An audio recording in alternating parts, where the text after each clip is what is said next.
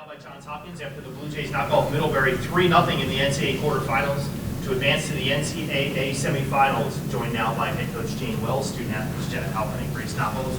Coach, if you could just start with an opening comment about the game, and then we'll have some questions for you. It was incredible.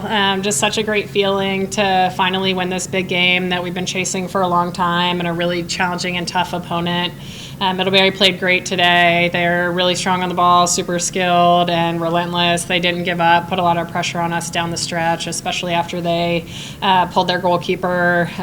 So kudos to them for everything they left on the home wood today. But at the end of it all, I'm just so incredibly proud of each and every one of our student athletes, and not just this group, our 2025 team, but also the teams that have come before and had such a big impact on the programmatic growth and development over the last 8 years. It's just been awesome to see this achievement finally come to fruition. So for the players now, Grace, you opened the scoring. The game, a lot of wind out there. We're going against the wind in that was crazy. quarter. We finally spring into their circle and we draw a corner right away and we capitalize. Just talk through that play and what you saw and ultimately punching home that first goal.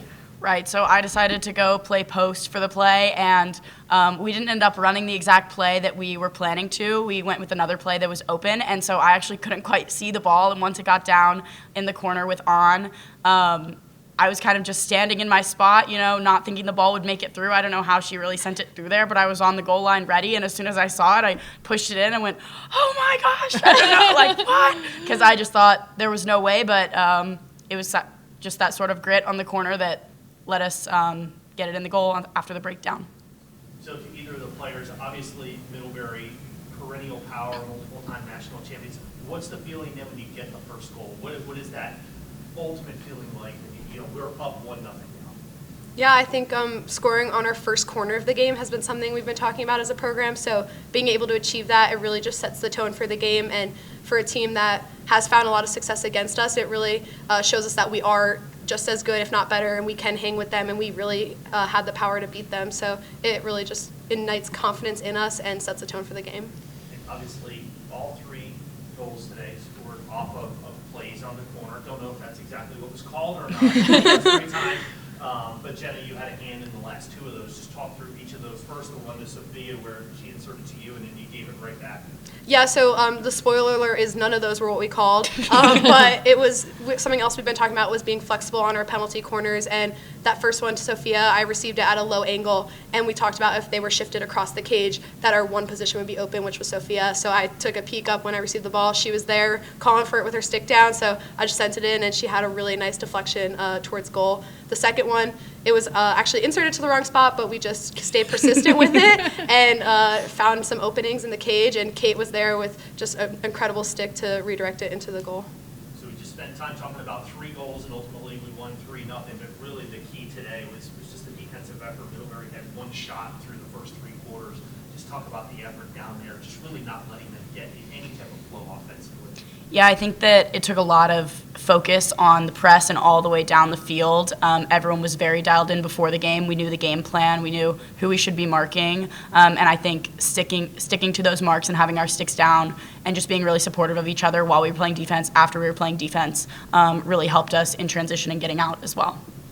Jenna, what were you seeing in the midfield there? Because that's where a lot of their possession really ended. Yeah, it was just, we had a free defender, which was me a lot of the time, so being able to help up marks and help communicate with my teammates, I think it was really more so everyone else, and I was just kind of helping to move the pieces, but everyone stayed really relentless, and then at the end there, they got a lot of penalty corners, which is difficult when you have games back-to-back. You don't get to practice all the corners for the teams you're going to play. But we're a confident group of 4 that has been doing them all season, and we all knew our roles, and we knew just stay low, stay persistent, grit it out, and we didn't let them score, so it was awesome.